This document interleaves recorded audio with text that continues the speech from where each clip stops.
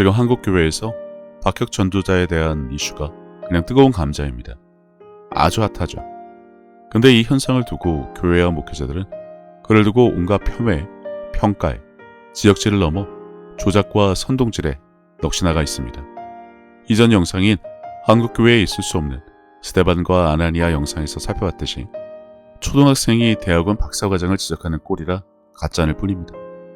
문제는 박혁이 아닌 모든 한국 교회와 목회자 그리고 신자들에게 있는데 말이죠. 결론부터 나누자면 주님은 특정인이 아닌 우리 모두가 제자가 되어 주님의 일을 하기 원하신다는 것을 알아야 합니다. 모두가 착각하는 것이 바로 이것입니다. 왜냐하면 박혁을 세우신 것이 아니라 박혁 말고는 세울 자가 없었기 때문에 그를 세울 수밖에 없었다는 것입니다. 스데반과 아나니아처럼 당신들 중에 누구라도 자격이 된다면 왜 주님이 쓰시고 세우시지 않을까요? 왜 박혁만 특별하다고 생각합니까? 왜 당신들의 무능함을 바꾸려 들지 않고 박혁이나 까댈까요? 배알이 꼴리면 교회고 목회자고 여태 거룩하고 점잖은 척 가식 떨던 것이 하루아침에 어떻게 변하는지 그들이 보여주고 있으니 호떡집에 불이나 똥줄이 타는 이유가 그들의 민낯이 들통나서 그런 것임을 모르는 사람들은 없습니다. 목사가 강간에 횡령을 해도 싸고 도는 신자들이 있는 것과 마찬가지로 지금도 그런 자들이 있으니 그의 힘을 입어 박혁을 까대니 그 꼴들이 가관일 수밖에요. 인자가 왔을 때 믿음을 보겠냐고 하신 것처럼 지금 믿는 자가 없다는 것이 그 이유입니다. 주님을 사랑해서 그분의 말씀을 따르고 믿음으로 행하는 자를 말합니다. 왜 주여 주여 하면서 내 말을 행하지 않냐는 질문 대답하고 일어서는 자가 없어서 그런 것입니다. 바로 당신, 교회, 목회자가 주님을 외면했기 때문입니다. 유튜브에 귀신처럼 떠다니는 온갖 헛소리 설교 듣고 종노릇이나 하지 말고 주님 앞에서 기도하며 1대1로 이 일에 대한 대답을 직접 하기 바랍니다. 내가 배운 신학이, 교회가, 목사가 이랬어요, 저랬어요 하지 말고 내가 왜 너를 세우지 못하고 박혁을 세웠는지 이유를 아느냐에 대한 대답을 해보라는 것입니다. 우리는 그리스도의 몸입니다. 믿는 자라면 구원을 받았을 때 선녀께서 오셨고 우리는 모두 왕같은 제사장입니다. 주님은 복음을 전하며 침례를 주어 제자를 삼으라고 하셨으니 이 말은 믿는 자라면 모든 사람들에게 침례를 주고 성찬식을 인도할 수 있는 자격이 이미 주어졌다는 것입니다. 교회에서 오직 목사만 이 일을 해야 한다는 기록은 성경에 없습니다. 성령이 내주란 그분이 우리의 영 안에 오셨을 때 예수님을 죽은 자 가운데서 일으키신 그 능력을 갖게 된 것을 의미합니다. 하지만 분명하게 계심에도 불구하고 그것을 인식하지 못하고 그것을 사용하지 못합니다. 아니, 믿는 자를 통해 그 일이 일어나게 하시지 못합니다. 왜냐하면 아직 거기까지 성장하지 않아서 그렇습니다. 그 일을 감당할 만큼 성령 충만하지 않기 때문입니다. 아무튼 믿는 자라면 그래서 더 이상 더 큰 능력을 가질 필요가 없습니다. 없어서 못하는 것이 아니라 있는데 못하는 것뿐이죠. 사도행전에서 보는 것처럼 그냥 가서 행하면 되는 일이지만 두렵습니다. 용기도 없고 믿음도 없고 그런 것은 생각조차 해보지 않았으니 당연합니다. 교회만 다니고 엄한 설교만 했지 사도행전의 삶, 주님의 이 일을 하는 삶, 성령이 내주로 할 수 있는, 아니 해야 하는 일에 모든 사람이 소경이 되어 버젓이 있음에도 불구하고 동화 속 요정 이야기로 여기며 둔갑시킨 결과일 뿐입니다. 이처럼 하나님을 섬길 때 가장 큰 문제는 믿기 전에 알던 세상적인 지식과 경험들이 아니라 기존 교회에서 배운 모든 잘못된 정보와 지식과 전통과 설교 때문입니다. 교회와 목회자들은 신자들 모두를 영적인 장애우로 만든 것입니다. 율법적인 사고방식으로 나의 노력과 정성으로 무엇을 해야 하고 달라고 빌어서 얻은 것으로 무엇을 해야 하는 것처럼 성령의 능력을 소멸시킨 결과라는 것입니다. 그들의 잘못된 가르침 때문에 믿고 나서 고착된 개념들이 성경이 말씀하는 것과 다르게 인식하도록 만들었습니다. 자신이 이미 가진 것은 모른 채 더 받기만을 바라고 더 많은 은사를 받고 싶어 합니다. 나는 언제나 부족하고 모자르고 자격 미달로 여기게 그냥 인생 루저로 여기며 살게 만든 것입니다. 이 모든 것이 마음의 말씀이 없는 것, 좋은 밭이 아니라 생긴 결과인 것, 악한 것들이 빼앗아가도록 방치한 결과일 뿐입니다. 부흥을 달라, 말씀을 믿게 해달라, 믿음도 달라고 하는 마당에 기도 응답이나 은사가 필요한 게 아니라 진리에 대한 순종이 필요한 것을 전혀 가르치지 않았습니다. 미운 오리 새끼를 만들었다는 것입니다. 물론 그들은 제자 만드는 능력도 아무런 성경적인 권세도 없기 때문입니다. 그냥 동호회, 교회 운영자일 뿐이죠. 많은 신자들이 하나님의 인도, 음성, 부르심, 소명을 찾고 있습니다만 정작 행하지 않습니다. 아직 준비되지 않았다고, 받지 않았다고, 듣지 못했다며 민기적거리고 있습니다. 하지만 주님은 우리에게 분명하게 말씀하셨습니다. 땅 끝까지 가서 복음을 전하고 모든 족속으로 제자를 삼아 아버지와 아들과 성령의 이름으로 세례를 주라고 말입니다. 여기에 제한사항이 있을까요? 필요한 직분과 자격이 있습니까? 학력과 경력이 필요하던가요? 제자 훈련, 전도 훈련 받아야 된다고 했습니까? 다 헛짓거리하고 있습니다. 한 가지만 정확하게 알면 됩니다. 많은 자들이 성령의 인도를 받고 싶어 하는데 정작 주님은 가서 복음을 전하라고 하셨으니 자격이니 조건이니 상태가 어쩌니 하지 말고 믿는 자라면 우리 모두는 가서 전해야 합니다. 믿음으로 행할 때, 그렇게 하기 시작할 때, 사도행전의 삶을 실행할 때 비로소 성령의 인도를 받을 수 있습니다. 하면 된다가 아닙니다. 되니까 하라는 것입니다. 받으면 간다가 아니라 가면 받는다라는 인식을 어떤 교회와 목회자도 가르치지 않았고 빈손이 주는 두려움이 그를 집어삼킨 것을 아시기 바랍니다. 물론 인도를 받고 행하는 경우도 많지만 이 경우에는 따로 받을 이유가 없습니다. 이미 성경에 명령으로 기록되어 있으니까요. 지켜 행하라. 그걸 지금 하면 되는 것이지 무슨 여행 가는 것도 아니고 이것저것 필요하지 않습니다. 가장 어처구니 없는 게 교회는 침례를 받으면 성령을 자동으로 받고 기름 부으심이 임해 능력을 행할 수 있다고 합니다. 뭐 박학 하나 까보려고 없는 소리 만들어낸 것은 누구나 알지만 정작 복음을 전하려면 여러 가지 조건을 내세웁니다. 새 신자라 안 되고 훈련을 안 받아서 안 되고 신학을 안 해서 어쩌고 저쩌고. 이게 교회입니다. 이게 목회자입니다. 말이 되나요?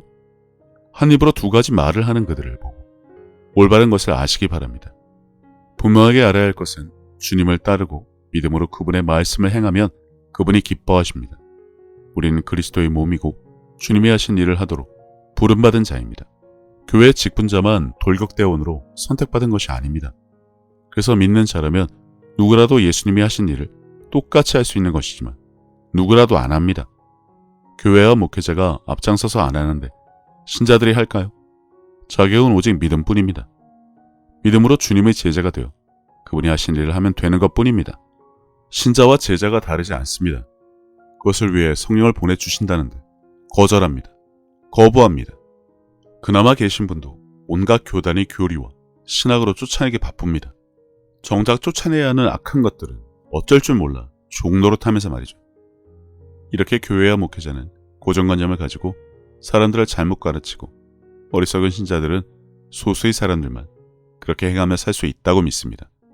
그냥 내가 안 되니 뱉어내는 변명들 뿐이지 정작 성령님이나 그분의 능력에 대해서는 알지도 못하고 알려고 하지도 않고 봐도 아니라고 생떼거지를 부리니 이 꼴이 난 것입니다. 그러니 무지한 신자들이 박혁을 보면서 그를 대단하게 여기며 높이고 이젠 추앙까지 하고 있습니다. 박혁을 통해 일하시는 성령님을 봐야 하는데 출애굽기 황금 송아지가 따로 없습니다. 교회 신자들이 박혁을 신으로 여기는 지경 미친 겁니다. 차라리 그냥 박혁 죽어라고 욕을 하세요. 떠받드는 미친 짓이나 하지 말고 그가 대단해서 쓰시는구나. 선지자구나. 은사를 받았구나. 성령의 불을 받았구나. 뭐 말 같지도 않은 말까지 지어내기 바쁜데 일은 당신에게도 주어진 숙제란 것을 알아야 합니다.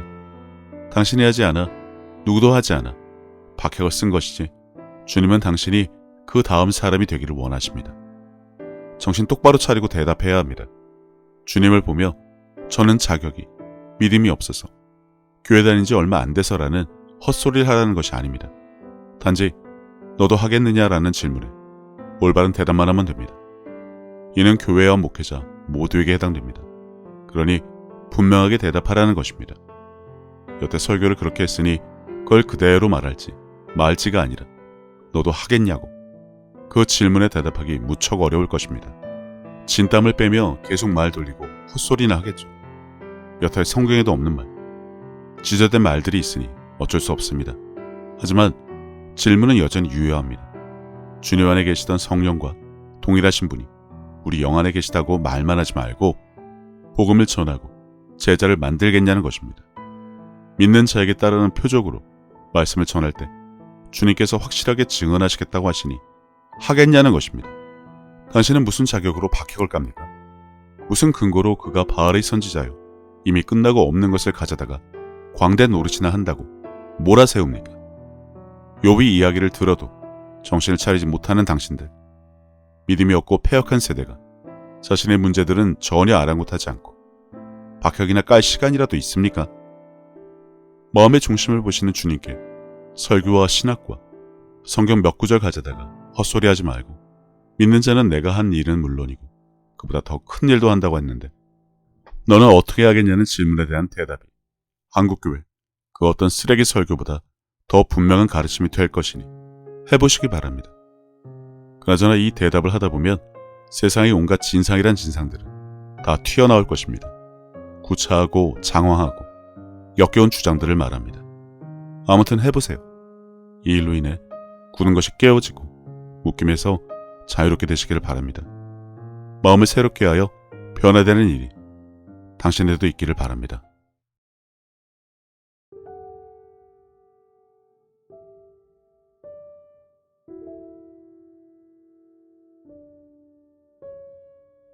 예수님께서는 내 마음을 다하고 목숨을 다하고 뜻을 다하고 힘을 다하여 주 너의 하나님을 사랑하라 하신 것이요. 둘째는 이것이니 내 이웃을 내 자신과 같이 사랑하나 보다 더 큰 계명은 없다고 하셨습니다. 생각해보면 믿는 사람들은 이미 하나님께 받은 것이 너무나 많은 것을 아는 자들입니다. 예수님을 통해 죄사함과 구원을 받은 것부터 시작해서 살아 숨을 쉴 수 있는 공기와 바람, 맑고 푸른 하늘과 마실 물, 그리고 땅과 그 위와 아래의 많은 것들, 이미 오래전부터 내 주변에 있어 왔으니 당연한 것으로 여기며 우리는 여전히 값없이 공짜로 받아 그것들이 감사함을 잊고 살기는 했지만 그런 것 말고도 하나님으로부터 받은 사랑과 평안에 대해 생각하자면 끝이 없습니다. 하지만 사람은 하나님으로부터 받은 그 많은 은혜를 갚을 방법이 없습니다. 그래서 하나님께서는 내 이웃을 내 몸같이 사랑하는 것으로 그것을 대신 갚으라고 하신 것인지도 모릅니다. 그리고 지극히 작은 자에게 한 것이 곧 하나님께 한 것이라고 하셨으니 그분의 은혜를 알고 그분을 닮아가는 삶을 살아가야 한다면 지금 내가 살아가는 삶의 방향이 하나님과 나의 이웃을 사랑하는 올바른 길 위에 있는 것인지 한 번쯤 점검해 봐야 하지 않나 싶습니다. 이와 같이 하나님의 뜻, 그분이 기뻐하실 일이 무엇인지 알고 내게 주어진 소명을 다하기 위해 끊임없이 힘쓰고 노력하는 것도 크리스찬들이 마땅히 해야 할 일이 아닐까라는 생각을 해봅니다. 이제는 세상 유행에 따라 요동치던 내 마음을 모두 내려놓고 혼자서 하나님의 뜻을 헤아리는 시간을 가져보시기를 권해봅니다.